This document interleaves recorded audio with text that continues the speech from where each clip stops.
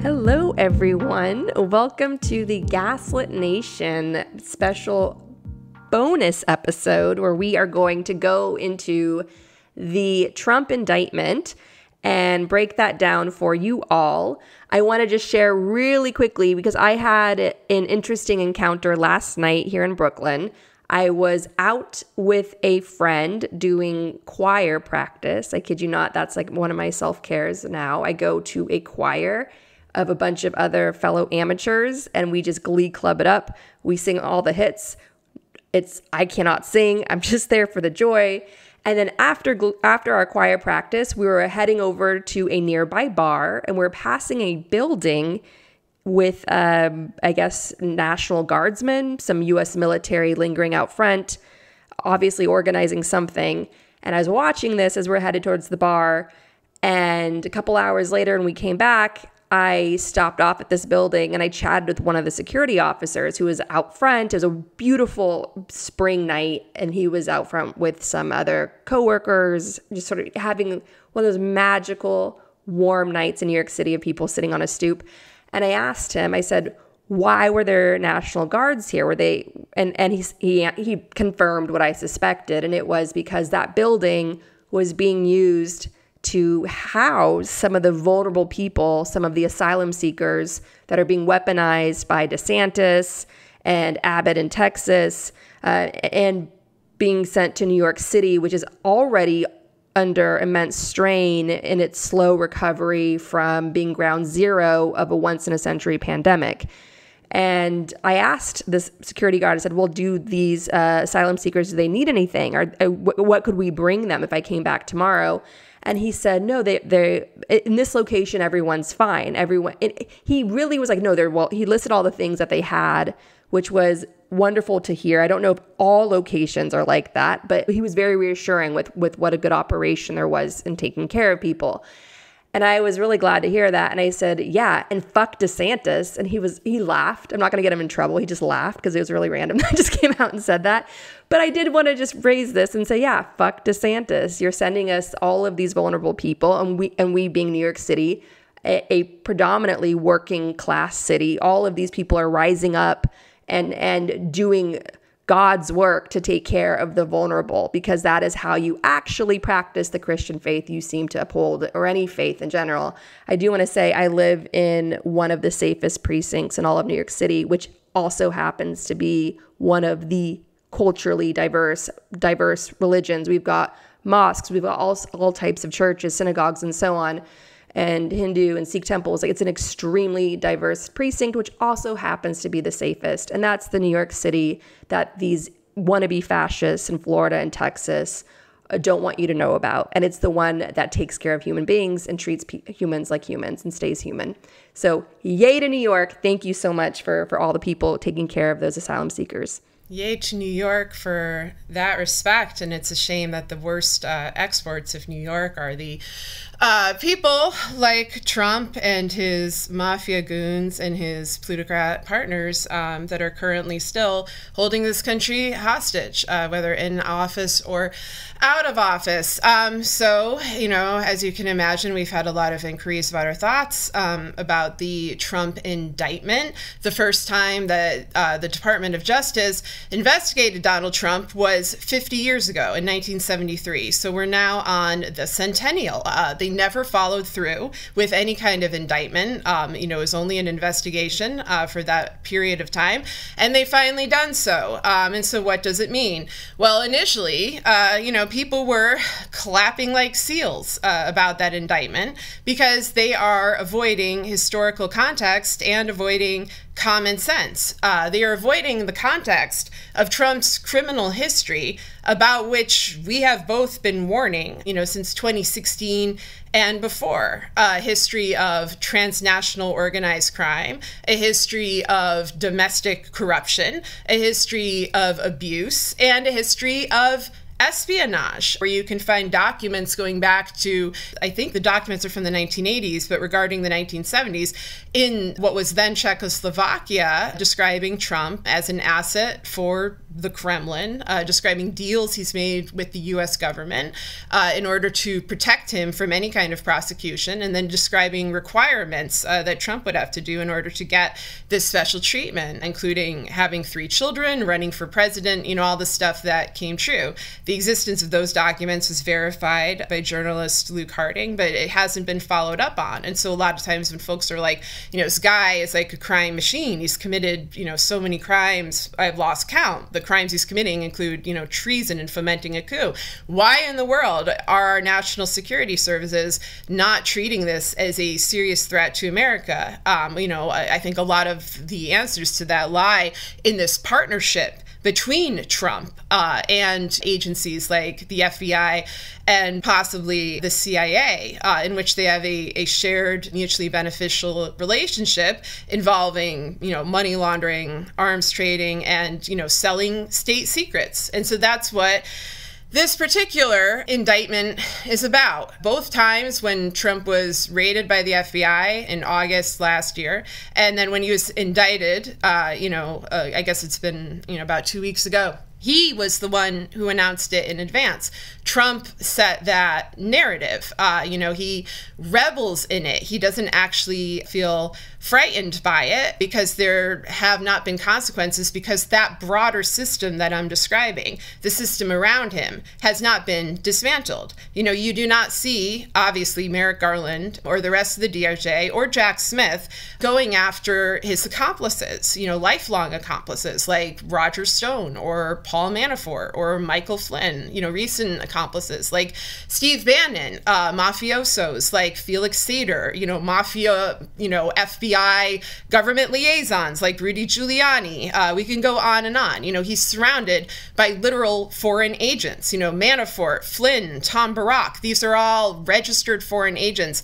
And, the utmost threat of this has always been, from the start, Jared Kushner, who has relationships with MBS, a relationship with the criminal Netanyahu family, that stretches all the way back to Jared's childhood, where his father, the felon Charles Kushner, who was, of course, pardoned by Trump, had a tight relationship with the Netanyahu family, to a multitude of oligarchs from the former Soviet Union, to China and beyond. It was always a profound threat to have Jared Kushner in the White House. And I think a lot of the people that I just mentioned, MBS and Netanyahu and the Kremlin and so forth, the appeal of Trump in some ways was as a avenue to get Kushner in, because Kushner has no qualms about stealing or selling state secrets. As I've mentioned before, a lot of people were worried about this as well, about the national security of our country with Kushner, with access to classified information and so forth. And they, and the fact that he had lied so heavily on his clearance forms about all these foreign contacts. The way that he got in was through his ethics lawyer, quote unquote, Jamie Garelick, former Clinton appointee, who volunteered to be his lawyer to make sure to streamline that process, to make sure that Kushner got in there. And Garelick is Merrick Garland's lifelong best friend, mentor, and former boss. So if Garland were to actually pursue justice to look at whether Kushner had involvement in this classified document theft, or in other ones, in digital ones, in pre-existing ones, and all the things we worried about when Trump was actually in office, he would have to look at how he got there to begin with. You're looking at a elaborate cover-up, and you are looking at an ongoing crime, and you're looking at a crime that has historical precedent stretching back decades, and they want you to forget that precedent. They want you to decontextualize it and treat it like a horse race. You have people out there asking, what this has to do with this poll numbers, as if this was a regular candidate, instead of someone who has, only been indicted for a couple of crimes recently, where you could go into many, many more, of the utmost severity, obviously the main one being fomenting a coup against the United States. Like, you could tell that this game was rigged and that the Biden administration was not serious about our national security or about pursuing justice or accountability in the way that they reacted to that attempted coup, even though that coup was against Biden himself. This was all evident by about May 2021. It was also obvious that they were going to drag this out as long as possible. That's always been the Trump crime cult tactic, and Merrick Garland's DOJ as a partner in that cult. And this, appointing the special counsel was one way that they did that, and so while people are running these facile victory laps, the Mafia government is still running out the clock, and they've got folks running in circles. They've got people proclaiming that this is a matter of ego, that that's why Trump stole these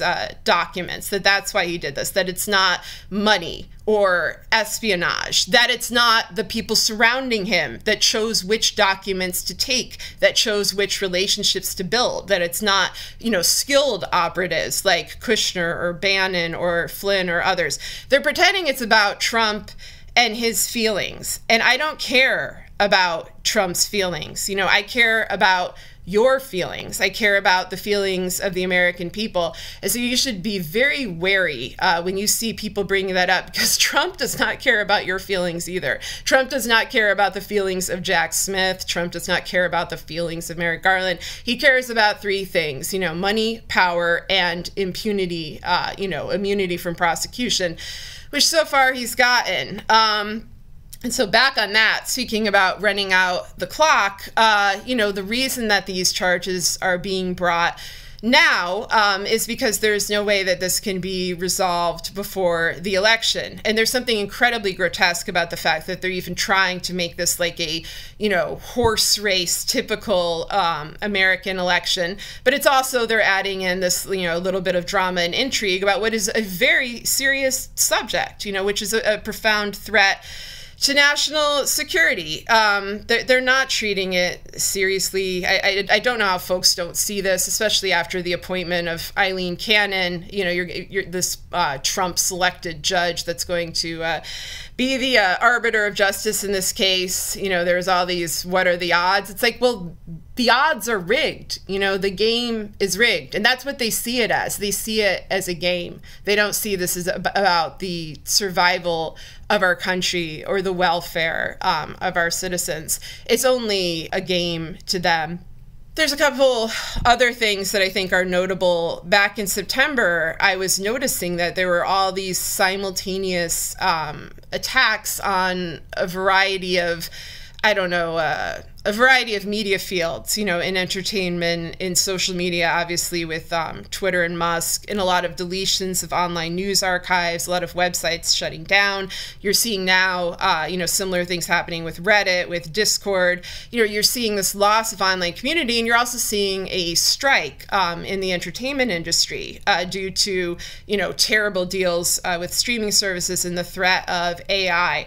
And so what kind of environment is this going to produce? Well, what it did initially is it, swayed the political culture of the United States hard to the right. And that came after years of progressive gains, at least in sort of, informing people of our nation's history, of accumulating support for a number of progressive causes and so forth. Like, we're now fully in the backlash mode.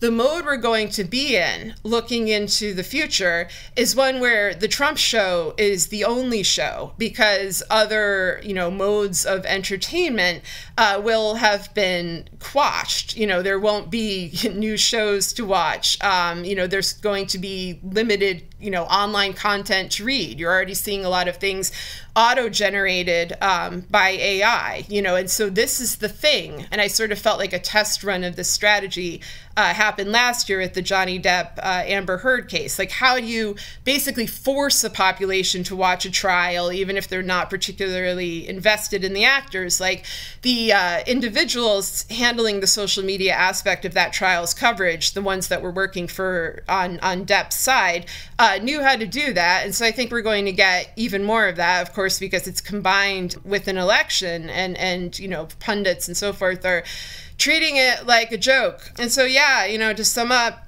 I just encourage you, please don't do that. Like, I know we've had an exhausting, to say the least, last 8 years, and particularly last 3 years, and I've got 2 children, and they love to play Minecraft, this world building game. And in Minecraft, there are 2 modes. There's creative mode and there's survival mode. And right now, the majority of Americans are in survival mode. And, that's understandable given all that's happened. But what is sad for me to see is that people are in reactive mode, and that reactive mode centers entirely around Trump, whether you love him or you despise him. Like, every opinion a person has, they'll reference like how Trump is feeling, like, oh, he's so mad, he's so scared, blah blah blah, instead of looking at the actual issues and what they're owed as citizens, what affects them, what kind of threats we are facing as a nation. People are behaving as if they're already living under a dictatorship, even though Trump is not in power. It's also why you see this cowardly deference to Biden and to Merrick Garland, even though they have refused to protect our country. They've refused to prosecute not just Trump, but this entire criminal network that has long upheld them. And so, folks, please snap out of it. I know a lot of things are getting deleted offline. I know a lot of communities are being torn asunder. We've got free archives still at gaslitnationpod.com. We can get you up to date. Also, please, look back at the original writings about Trump, all the exposés, Wayne Barrett, David K. Johnston, the books Craig Unger wrote, the books that I wrote. There's an entire history out there that will make a lot of this very clear to you, and so the main thing is, this is not about Trump. This is about our country. He is a symptom of a disease, and it is time for that disease to be stomped out. Yeah, I mean, I'm going to just repeat what I've been saying this spring on the show, which, if anybody has any way to turn this into a pithy bumper sticker or t-shirt so it gets through, please let us know. Let us know in the comments. It all comes down to Jared Kushner and Ivanka.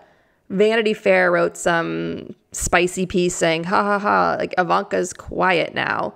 Yeah, she went from being de facto president of the United States, the unholy trinity of Jared, Trump, and Ivanka running the White House, scripting off the White House, our national security secrets, and so on. And, she was like a hardcore central operating system of the Trump campaign in 2016 that came to power with the help of the mass murdering xenophobic regime, the Kremlin. And Ivanka and Jared were the ones that gave the go-ahead, that accepted Paul Manafort, the longtime Kremlin operative and longtime Trump neighbor and friend, to manage Trump's campaign.